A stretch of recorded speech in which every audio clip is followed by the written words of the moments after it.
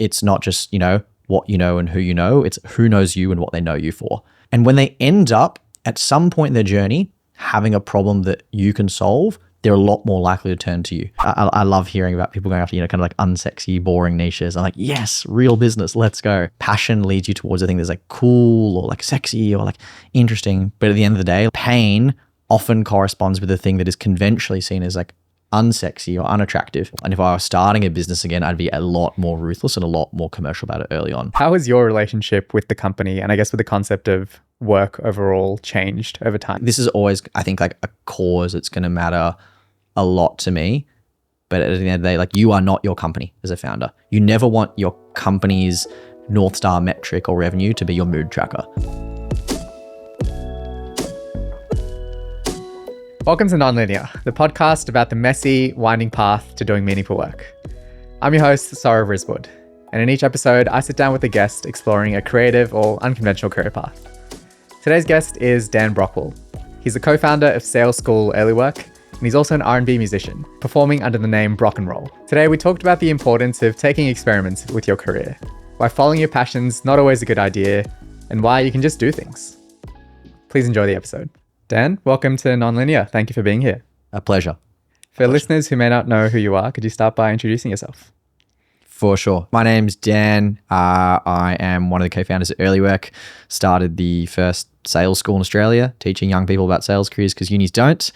On the side, I make R&B and hip hop music under the moniker BROCKNROLL.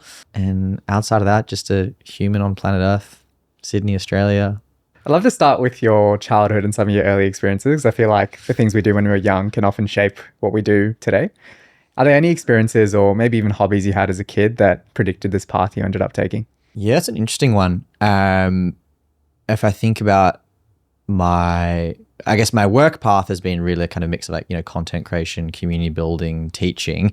Funnily enough, my first job when I was 14 years old was going and doing like English and math tutoring at like one of those Kumon centers. So kind of like started working from, reasonably young age, and like from the get-go, that first job was like education. And that probably at some implicit level set kind of this like intuition or foundation that was kind of like a core way to provide value. It's actually interesting. Like when I reflect on like my time in school, and I've definitely changed a lot, but one thing that still rings true very much now is like, even in school, like I was kind of that kid who enjoyed pretty much everything. Like I can even remember, in my final year of high school, not wanting to go like super hard all out at the academic stuff going on and going like, hey, I still really value the music stuff. I still really value, being able to play futsal with my friends. I think like that underlying flavor of trying to live a life with a healthy dose of side quests has like still carried through now, like even kind of going down the founder journey and wanting to still like protect those other pillars of a good life. And where do you think that comes from? Is that something you always had, or is that modeled to you as a kid by, say, some childhood influences? I'd say both. My parents by nature are people who, obviously valued education, but were also quite adventurous in their nature. Like my mum was someone where, when she was in her late 20s and 30s was, solo traveling around India. And I think my dad was someone who was always, pretty gung-ho about, trying different things, he would, like ride motorcycles in his youth and that sort of thing. So I think both of them kind of had that underlying adventurous spirit alongside a deep respect and appreciation for education. And so I think maybe that implicitly as a foundation, led me to go, hey, like, yes, it's important to, focus on studies in school, but also there's like a beautiful life to enjoy there. I'd love to dig into those early days of Earlywork. When you started, the early iterations of Earlywork look quite different to what it looks like now. I'd love to hear your thoughts on the motivations of starting a business, especially at that age, and what was kind of going through your head when you came up with Earlywork. I think when it came to starting Earlywork, this was a point, to give you context, where I was kind of just in my final year of university, finishing up. I was studying computer science and marketing. I was working at a startup at the time, and I think I just accepted like a graduate role at Atlassian as a product manager the year thereafter. And I kind of got to this point where it's like, hey, I knew by that point that, I wanted to create something myself in some way. And the question I was asking myself at the time, I remember this would have been in 2020, was like, hey, if I could work on one problem for the next 10 years, what would it be? And I think that had been inspired by kind of obviously meeting kind of founders earlier in the journey, having worked at startups, and just seeing the level of commitment and intensity and passion towards one thing for an extended period of time. And I still remember this short list even now that I'd drawn up, where there were kind of 3 problems I was thinking about, which was 1, closing the education careers gap, 2, improving literacy around youth mental health, and then 3 is increasing sustainable reuse of goods and products. And of those 3 problems, I was passionate about all of them.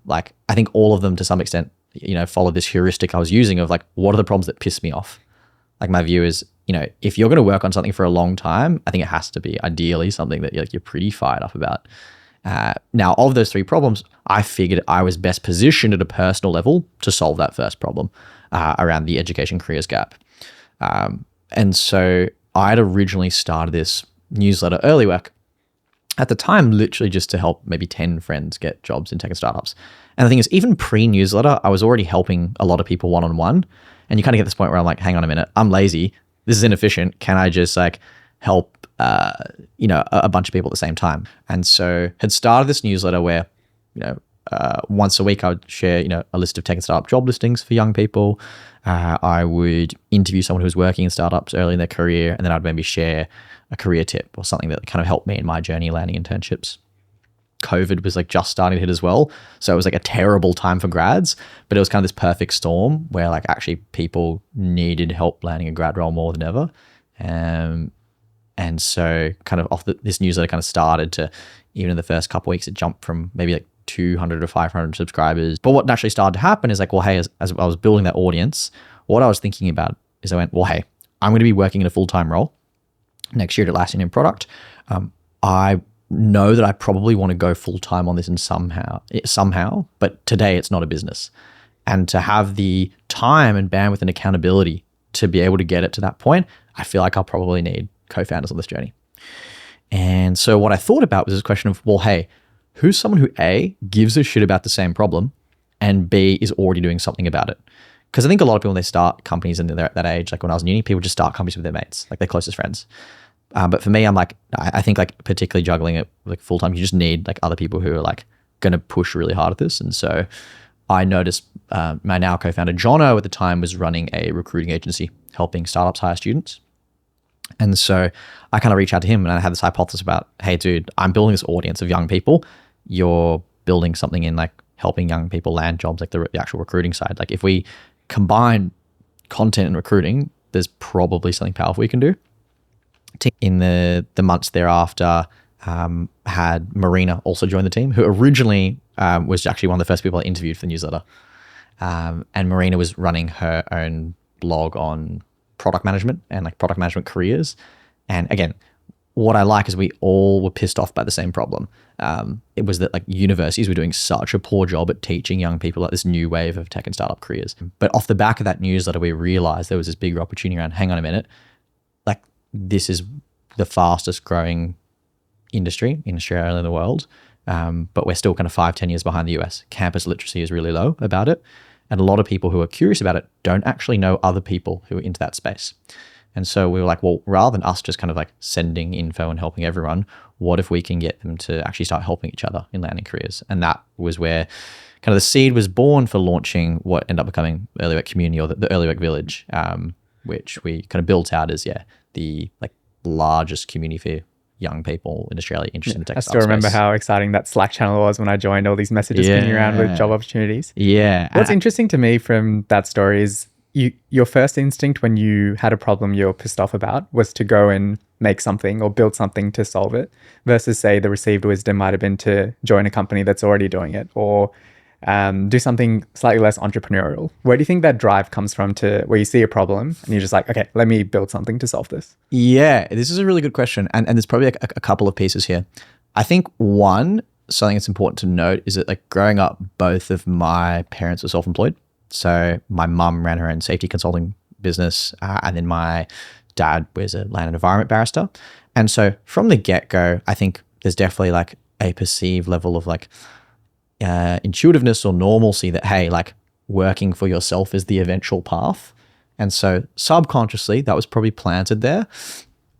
But I also think, I think this is probably just like something more, fundamental in character. Like even in high school, I always just loved like spotting things and creating things. Like I started when I was in school, like a subreddit back when I was a bit more of a Redditor called Explain My Downvotes, which is where like, if you get downvoted in like a Reddit community and you're not sure why, you can go to this community and be like, hey guys, like be real with me. Like, why did I get downvoted? And then people will tell you. Funnily enough, that's probably still the biggest community I built. That's like more than double the size of the Earlywork community.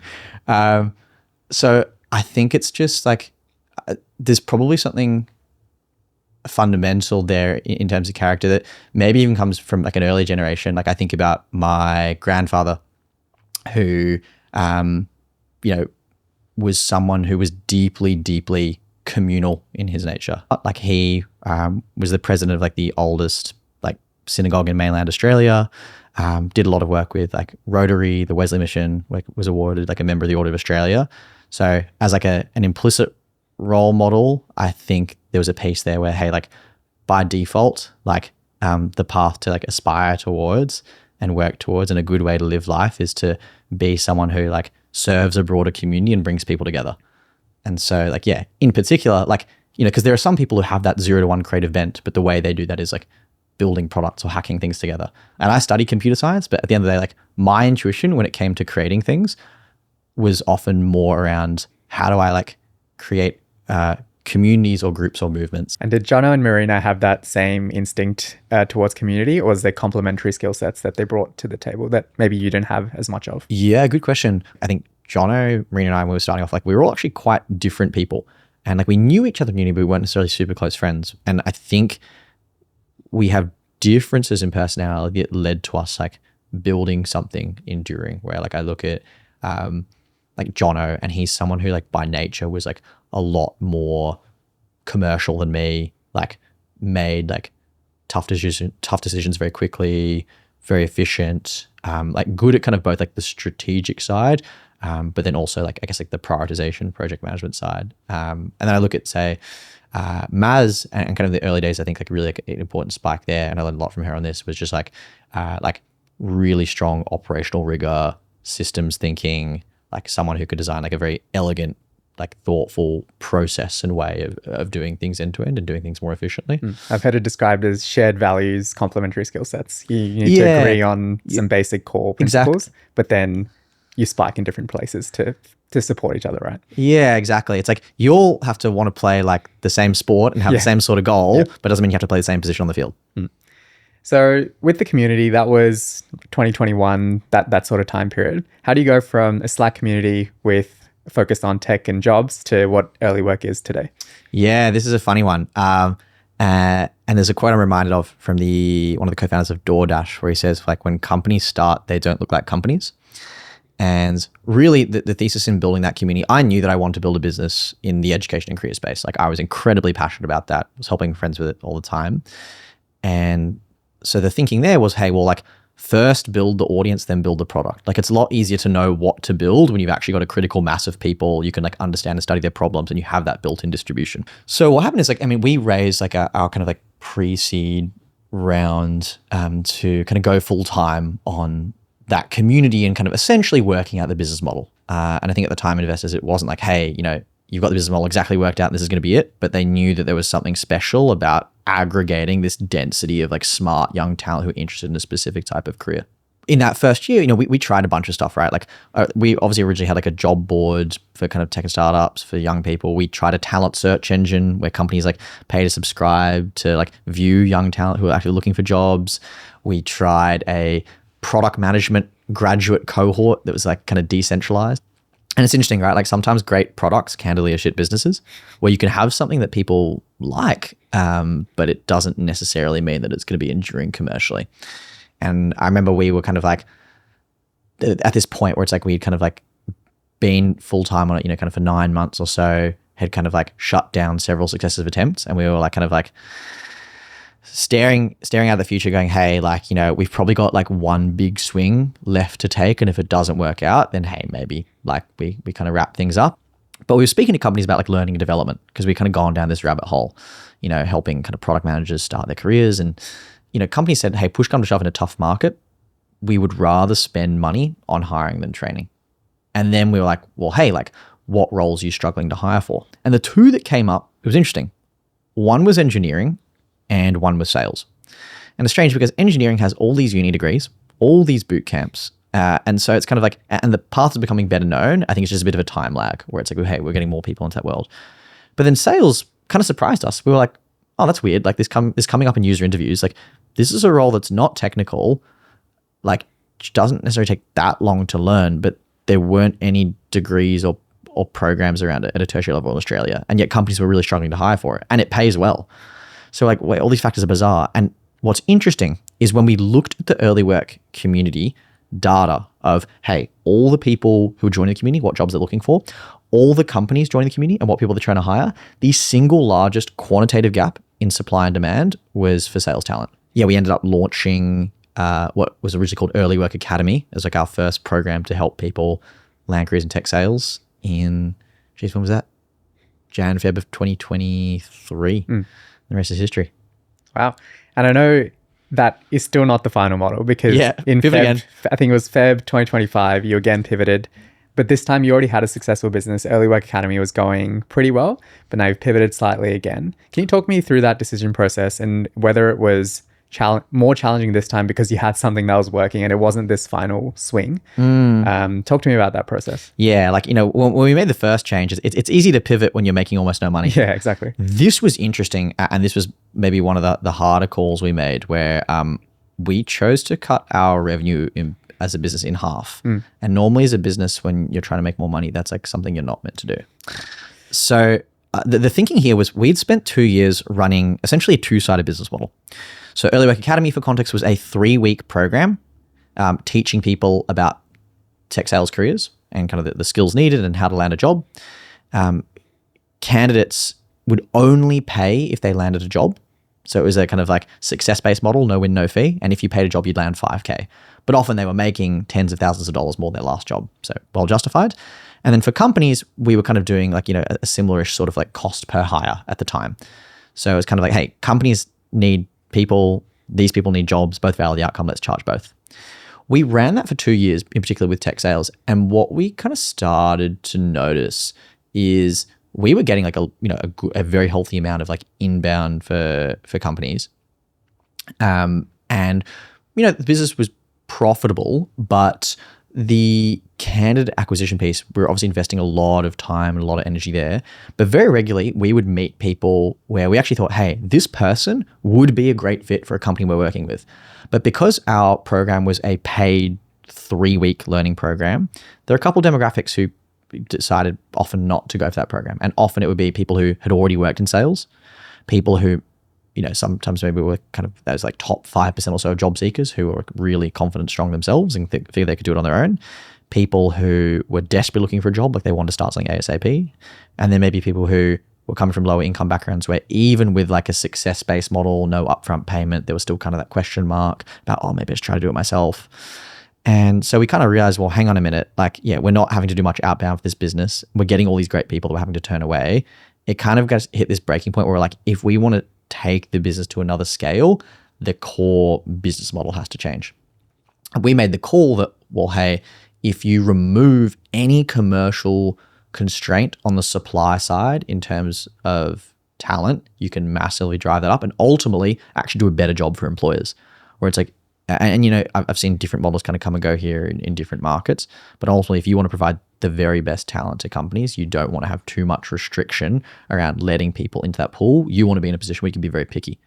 And kind of like ultimately that was the right call where like, we ended up kind of like breaking kind of like, profit and revenue kind of milestones significantly. But there was a period where like it dropped and we were not profitable and we had to kind of work our way back to kind of get even just to parity where we were before and then go up. So sometimes like you hit a ceiling and you need to walk into a different room to get to a place with a higher ceiling. It's like the classic business 101 innovator's dilemma thing, right? You got to change yourself before someone else changes you. And alongside building Earlywork, I'm a big fan of your LinkedIn shitposting as well. Can you talk to me about the importance of this personal brand that you've developed and how you think about content creation and posting online as well? Yeah, I just think this is crazy. Like it literally costs $0 to post. Like people will spend all this money on advertising and you can just post for free. I think like LinkedIn post is like underpriced. It's really interesting where like as a platform, it's got over 1 billion monthly active users. I think it's like less than 1% of those are creating content. And so there's this really interesting arbitrage. We have a lot of eyeballs and not much stuff for them to look at. And candidly, most of the stuff on LinkedIn is like pretty shit. Like traditionally 5 years ago, 90% of posts were just people saying like, hey, I got promoted. I'm really great, in kind of, more subtle language. Now it's funny. It's like you have all this like AI slop on LinkedIn. And actually my view is it makes it even easier to stand out just by being like a little bit thoughtful. My view is that like investing in a personal brand, kind of like planting trees or crops or seeds, like it's one of those things where it's not necessarily you get like 100 opportunities from day one, but what happens is like over time, it's not just, what you know and who you know, it's who knows you and what they know you for. And if you're someone who's consistently posting about certain sorts of topics, about certain sorts of ideas, what ends up happening is people just kind of keep hearing your name again and again. They keep kind of seeing, Dan or Earlywork or these things come up. And when they end up at some point in their journey having a problem that you can solve, they're a lot more likely to turn to you. So if you're someone who's kind of like running a business, I think there's like a very like strong case for it, particularly if your buyer is on that specific platform, LinkedIn. Have you had any concrete examples of where your personal brand in an unexpected way has led to an opportunity that you might not have foreseen? I mean, I think about even kind of being able to get the co-founders that I have, right? It's like Ryan, who kind of like came on as a later co-founder. Ryan originally found out about kind of like the sort of stuff I was doing because he watched like a YouTube video I was featured in. And then he reached out to me. We caught up for like coffee at Bondi. And then it was probably like a year later, he ended up like coming on as like a first hire and then later a co-founder. I think about our very first like investors. Like we were in a very unusual position where like we weren't building a B2B software business, right? We were building a free community for like young people interested in careers. But because we were posting online, like candidly, like, most of the investors we kind of have that first round kind of came inbound to us, which is a very like rare and fortunate position to be in as a young person who hasn't started a business before, kind of 22 years old. Like Rain Ong, who's one of our first angels, literally like was engaging with one of my LinkedIn posts. I just was doing some shit posting. I don't even remember what it was. I just like messaged him. I'd be like, hey, yo, we just got like a term sheet from an investor. Would you be interested in investing? He's like, let's chat tomorrow. We chatted for 45 minutes. He grilled me on like what makes you different from, and then he listed like every single like ed tech company in Australia. And I just like gave him rapid fire answers. And at the end, he's like, yeah, cool. I'll just give you like 25K. Even our first customers, like when we launched that Earlywork Academy, we were able to, kind of get most of those kind of first students to take a bet on our school, which didn't exist because they'd already been a part of the Earlywork community or they'd already seen Earlywork's content. So there was an implicit trust there. It's like, hey, these guys seem credible because they provided useful content already. So I'm going to like take a bet on investing my own money and kind of going through their program, similar to the very first companies that wanted to hire from our program. And how do you think about the balance between actually doing the work and talking about it? Is there some sort of split you have in mind of, hey, this is how much I'm going to be posting, this is how much I'm going to be, actually heads down building, or is it not that clear of a demarcation? It's interesting. I mean, I'd maybe even challenge the framing a little. I think like talking about the work, depending on your work, sometimes is the work. Like, as in if you're in sales or marketing, then yeah, your job is to drive more revenue. And where does more revenue come from? It's like, re-engaging existing customers or getting new customers. Where do new customers come from? One of your big channels is going to be social media. So I think like obviously there's nuance here depending on the position you're in. But that said, like, yeah, there is still kind of this like, delicate time trade-off between like, hey, like you can like post all this content that maybe creates like top of funnel awareness and interest, and then you can spend time and energy like converting that interest and demand. Still, ultimately, the bulk of my time is, today with the business, I do the marketing for Earlywork, I do the sales for us as a business, and then I like teach our sales programs.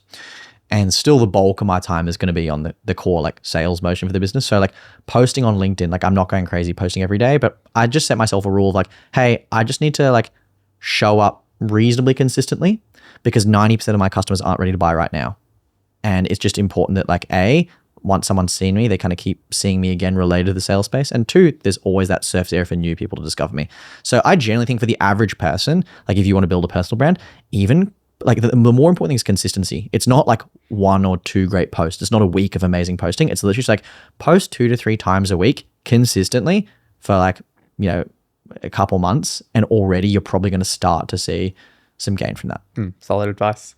I think one theme that's emerged is that you treat your career almost as a series of experiments, whether it's the pivots with Earlywork or trying different things in content.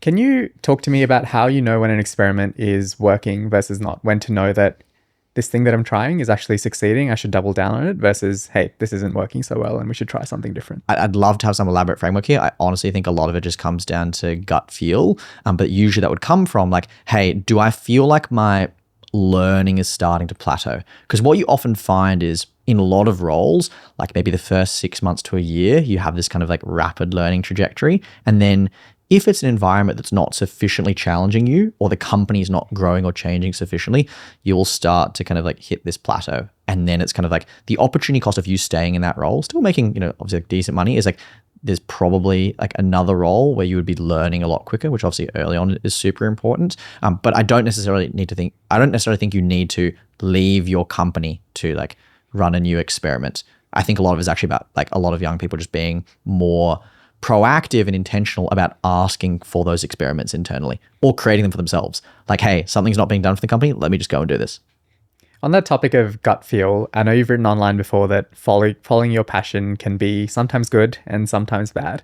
How did you learn this? And is there any particular examples of where that's come to light? Yeah, well, I mean, candidly, like I think with Earlywork, like we took quite a while to get to a model that was commercially viable. And if I was starting a business again, I'd be a lot more ruthless and a lot more commercial about it early on.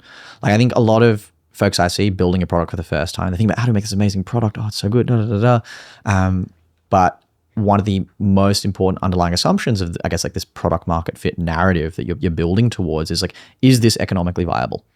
And so, I think kind of there's that core question, like, when I reflect on like my own experiences, like, when we were trying to do business models with like in the early days, we tried, paid career coaching, job board, talent search engine, product management, paid community. There are a couple of mistakes like we made there that I think I would kind of approach differently. Like it's not just like gut feels like, oh, I was really passionate about helping young people, but realistically, who's got more money to spend on the space of early careers? Is it young people just graduating from university, or is it the employers hiring them? Like at the end of the day, like the bigger wallet is the employer, but we spent so long trying to go after the wrong wallet. So that's one of those like just core commercial things. Adjacent to that, I guess like, you could be really passionate about something. Like I worked in product management. I think it's a super cool role. Oh, let me do like a community around product management, all sorts of stuff. But at the end of the day, like the sexiest role isn't necessarily going to be the one that companies have the most pain with. Like it's like, if you speak to most companies about, product manager candidates, they've got like a bunch of people who want to do this role because it sounds sexy. So I guess the core arbitrage there is like sometimes like passion leads you towards a thing that's like cool or like sexy or like interesting. But at the end of the day, like pain often corresponds with the thing that is conventionally seen as like unsexy or unattractive. And it's why, I love hearing about people going after, kind of like unsexy, boring niches. I'm like, yes, real business, let's go. I can actually see you making something there. And as, Earlywork has gone through these iterations, how has your relationship with the company and I guess with the concept of work overall changed over time? Has it become more or less central to your life? And where do you see it going as well in the future? Yeah, this is a super interesting question. When I started Earlywork, and went full time on it, it was a massive part of my identity, right? And I would argue probably too big. Like probably that first year I went full time, I'm just thinking this would have been 2022.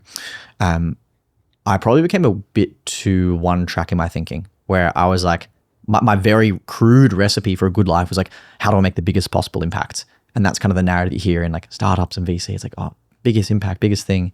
And I think the problem with that approach is like, and I remember even that first year of Earlywork, I kind of burned out where it's like, I was like working super long hours on this thing, like trying to make things work.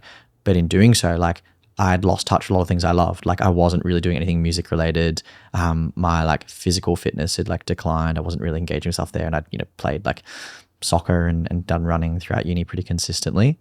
And so I think, as we kind of went along the journey and, we had an interesting journey where obviously, raised a couple funding rounds and kind of like ultimately kind of came to this realization as a business where like, hey, we've got a good solid business here, but, and we tried a couple of things like, expanding to Singapore, doing customer success, but ultimately it's like, it's very human led. It's a services business, and it's a hard one to scale rapidly without trading off like quality of outcomes. And we kind of made the judgment call about like, hey, it probably works best as kind of like, kind of a solid, like stable, small business with kind of a natural growth rate. And so, came to an arrangement where ultimately, kind of spoke to investors about it and able to reach kind of a positive agreement there where we kind of stepped off that venture path. And I guess now it's kind of in this position where like when I think about Earlywork as like a part of my life, I think it's this amazing thing where still like, I get to, work on something I enjoy, I'm good at, I can be paid well for, and it makes a positive impact on the world. If you think about that classic Ikigai framework. So it's this really good spot. For me, I think the puzzle recipe almost that I've kind of arrived at for how to live a good life is, and this will probably, update over time, but it's 4 pillars. I guess it's make a positive impact, have a sense of play in my life, have a good community around me, and focus on, living in a healthy way. Like if I do those 4 things and I balance those 4, I feel like when all 4 are in a good spot, life more broadly feels in a good spot. And so those are kind of like controllable inputs. And so the way I think about it now is like Earlywork is still a very big part of my identity. I'm very passionate about, the education space and then the career space. Like, I mean, I got like an Earlywork tattoo. Like when this was literally like the first week I went full time, I said to investors, when I go full time, I'm getting an Earlywork tattoo. Actually got 2. Got also the Earlywork here, sun on the briefcase. Yeah, wow. So yeah, like this is always, I think like a cause that's going to matter a lot to me. But at the end of the day, like you are not your company as a founder. You never want your company's North Star metric or revenue to be your mood tracker. So for me, I view it as like, hey, it's like one part of my life that gives me a lot of joy and also gives me, I think like the resources to be able to like enjoy and invest in other parts of life. And what do you think sparked that evolution in your thinking? Was it just, you'd been in this company for a couple of years and you're seeing the toll it was taking on the other parts of your life that, brought you joy, and it came through that? Or was it through talking to people and seeing other people role model a different way of doing it? Yeah, it's interesting. A bit of both. Like I enjoyed the Earlywork journey. Obviously there are times that were very stressful, but it's been like an amazing ride. And I feel like starting Earlywork has been like the single best like self-development course I ever could have wished for. So I'm very grateful for all the folks involved, co-founders, investors, employees along the way, just getting to work with amazing people. One thing I did notice in kind of going along originally the venture journey is you interact with a lot of founders who like on paper at first you're like, super impressed by it. Like, wow, they're building these big companies, doing these amazing things. And then you kind of like hear the conversations, behind closed doors about like how, they've got, strained relationships, health's declining, they don't see their friends as much. And you kind of ask like, well, hey, like, why are you starting a company in the first place? I think when you see these like things up close, it's like, what's the thing that you're shooting for? Like for me, when I started Earlywork, I did so not because I wanted to build the biggest company, because I wanted to build like the right company. Like I just wanted to, at the end of the day, to like solve like a problem I cared about, which was like, like helping young people better get into careers rather than spending like 40, 50K on a uni degree for content that's like years behind date, taught by people who haven't worked the industry, only to graduate and not get any help landing a job, let alone a relevant one. Like that to me is fundamentally broken. I think the university incentive structure is insane. So that still pisses me off even to this day. Yeah. My anger's not gone. Yeah. And so for me, that was the thing that mattered. Like, if that was going to be a massive thing, great. But it's like, when you kind of see these things up close and when you kind of go on your own journey of like, hey, trying to scale it, taking these bets that don't necessarily work, it causes you, I think, constantly to kind of reevaluate, well, hey, like what actually really matters to me? Like sometimes you just get into inertia of like, let's go along and do this thing and make it as big as possible.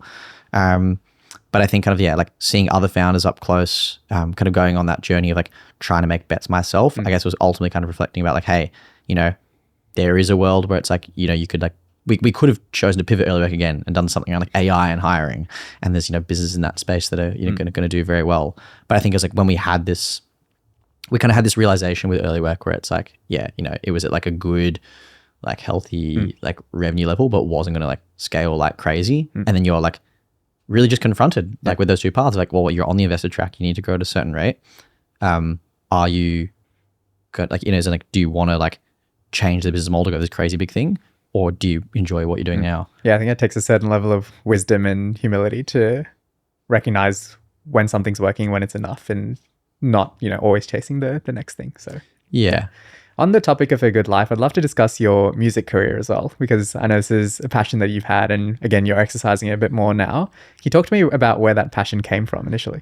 I kind of originally grew up in kind of like a, you know, a religious Jewish background. And so like, I think, you know, going to synagogue and, you know, kind of like even like being kind of briefly part of that synagogue choir, it's like you like build this appreciation for like how music is like such a core part of rituals, like brings people together, and you can carry stories and emotions through time and space, things that are being sung by people hundreds and thousands of years ago.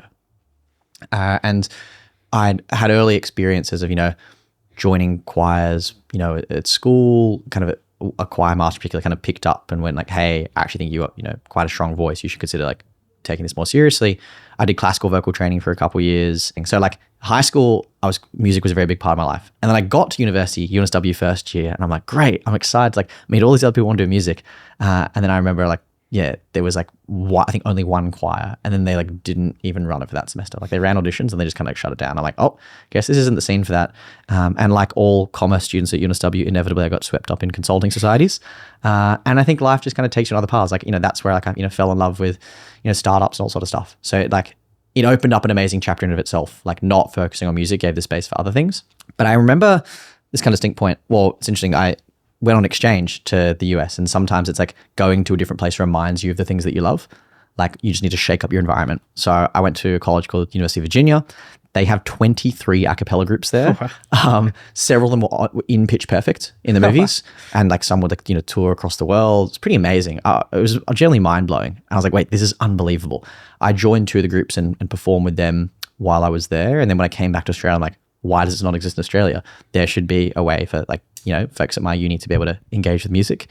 And so naturally, with the community DNA, ended up starting UNSW Vocal Collective, which is still running now. Nice. First a cappella group at UNSW.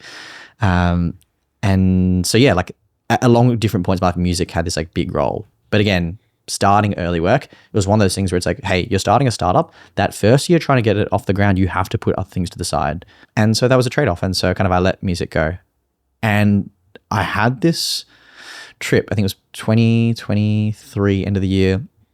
I was traveling to like Japan and India at the end of the year, and I was with a close friend of mine, and we kind of asked this question of like, what was the thing that you enjoyed most growing up, that gave you the most joy, the most energy that you're not doing now?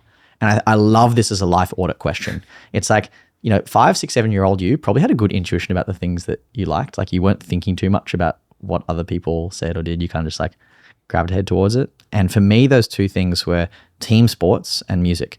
And so it was kind of coming out of that trip, it was quite transformative, where like I started to play futsal again with friends and been playing ever since and absolutely love it. And then off the back of that trip as well, I started to run concerts at my house. So like I would just get other friends who are musical. We would all like do a couple songs, covers and that sort of thing, bringing people together. And then I was starting to do that. I was posting on Instagram a little bit about music. And then I thought, man, like I feel like, you know, regret minimization. Like I don't want to be like 80, 90 years old, look back and be like, oh wow, I never really had a crack at like creating my own original music and going hard with that. And so last year ended up kind of like releasing my first track as a solo artist in the R&B space, R&B hip hop, +1. And just kind of absolutely loved the process of creating that. What does your creative process look like? Yeah, it's interesting. For me, with songs, I usually start with what are the human moments and relationships that have like had the biggest emotional impact on me. And that could be family, could be friends, could be romantic, but there'll usually be something that's a kind of a human story that feels like it's worth capturing and preserving in time. Like that's the way I view it. It's like every song I'm trying to like capture this feeling that's inside my body because of an experience that's really impacted me, positive or negative or mixed. And so there'll be kind of a broad theme there. I'm usually either like quite like melodically or lyrically oriented. But some songs will start like just with the melody. Like I just like have riffs that come to me. I'm like, I need to build something around this. And then sometimes I'll just have a certain turn of phrase that comes to mind when I'm thinking about things, or I'm like, damn, we need to get that down. And so usually when I've got kind of a rough sketch of a song, so if I've got kind of like melody, lyrics, rhythm, in the back of my mind, I have a rough soundscape that's going to match that. Then I'll go to the studio with my producer and be like, hey, here's what I'm roughly thinking, potentially sometimes a few reference tracks. And then we kind of like start to build it out from there. And one thing I'm curious about is, so you can put all this effort and heart into making a song, but then when you put it out into the world, you're opening yourself up to feedback and what other people think about it. Do you find this tension between making art and the analytics side of it, where you're looking at Spotify streams or what people are saying about it? How do you overcome that tension? Yeah, it's interesting. And I'm still like very much a baby artist at this stage. I think for me, I've tried with my music to follow like a pretty internal yardstick where I recognize like, hey, I don't have early work. I've learned how to build a big audience, but in music, it's like a new video game and I'm starting from level 1 again. And so for me, my heuristic for like, do I release a song is like, do I enjoy listening to it? If I'm making music that I'm proud of, then I'll trust the process. Definitely for sure. Like when you release, it's like, it's hard to know as a new artist, like how things are going to go. It's like my first song, I was like pretty happy with like the numbers. I'm like, oh, hey, for a first release, that's like really good. And then kind of the next 2 songs, like I thought were maybe like better musically and sonically, but then like numbers wise, like pretty quiet. And so, the core realization there for me is like, yeah, sometimes these things you can't predict as an artist, but also it's like realistically, and this is even now as we kind of do this podcast, me is like starting to evolve. I think like if you want to kind of go after that big audience, like really the 2 ways I see artists do it is either like you go very hard at content or you go very hard at gigs. And like, yeah, I admittedly like, I've just been focused on like, first off, just building repertoire of music and then like, so get a few songs out. And now I'm kind of starting to go in this position where it's like, hey, probably that stage where it's like, I can start to kind of get paid gigs and perform. So I literally just booked my first paid gig like last week. That's coming up in September.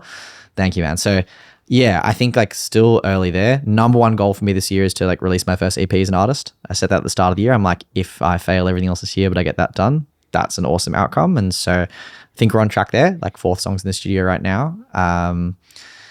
But yeah, it just comes back to, again, like why you're doing the music. I think I'm quite fortunate that like, I don't need to do music for like, the money or the audience, where it's like, hey, like, Earlywork's in a good spot. I've built a good business. I enjoy that. For me, music is like, I guess this striving of like, yeah, 1, trying to like just hone a craft. 2 is just like at a very raw level, playful. But 3, I think there's this underlying goal of like, I would love to create at least 1 piece of art that really stands the test of time. Something that someone could listen to in 10, 20, 30 years in, almost any country around the world and feel something very deeply or very deeply connect with the story.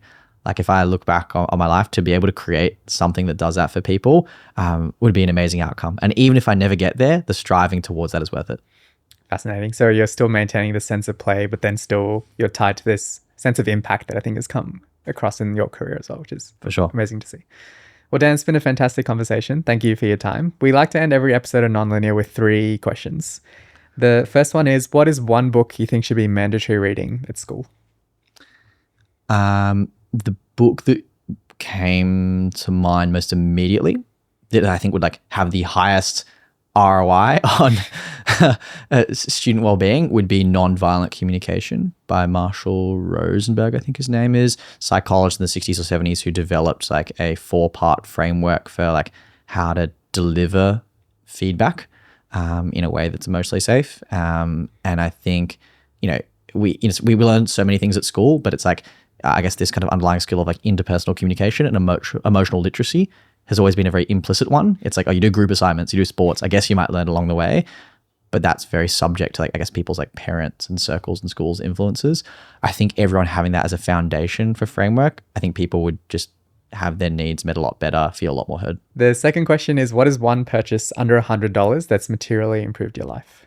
Genuinely, and I'm not an AI shill here, but like a Google Home Mini, the fact that thing's like $30, like the reason why I think it's like heavily underpriced, but the reason why I think it's super useful is I used to, before I had that, sleep with my phone in my room because your phone's your alarm. And so you wake up and then all of a sudden you're scrolling. Yeah. Even something as simple as that, like having a Google Home in my room, just something, it doesn't even have to be that, but literally an alarm that is not your phone inside your room means that when you start your day, you kind of have this like digital or like this kind of at least phone free zone where you're not going to be immediately like in the algorithm in the scroll. Huge +1 to that. I got a analog alarm clock recently. And you're on that next level. I might need to get that eventually. If Google becomes too invasive with data collection, that might be next. Great. And the last question is, what is one compliment you've never forgotten? It's quite funny. I was with my brother at Bondi Beach, and both of us have long hair. And a really drunk lady like walked past us and she just shouted, "Nice hairs." And I just found the phrasing so bizarre, but I was like, she's technically right. Like when people have hair on their heads, there are multiple hairs and there are like multiple of us. But I think like just in her drunken state, it's like, how do you compliment multiple people on their nice hairstyles? So nice hairs for me, my brother, very core memory. silly one, but it's just entertaining. That's a great way to cap off the podcast. Thank you for your time, Dan. Thank you very much, love. Thanks for watching this episode of Nonlinear. If you're listening on Spotify or Apple, leave a review. It genuinely helps people find the show. If you're watching on YouTube, hit subscribe so you don't miss the next episode. Today's episode is brought to you by Choppity. Choppity is an AI tool that takes long-form videos like this one and converts them into short-form clips to share across social media. It automatically finds the best parts of every video with features like auto-cropping, auto-captions, and auto-zoom. You can schedule posts directly through the app. I'll be using it to find the best moments from today's episode. So if you love the craft of long form, but don't always have the time to make shorts, head to choppity.com to try it for free. The link is in the show notes.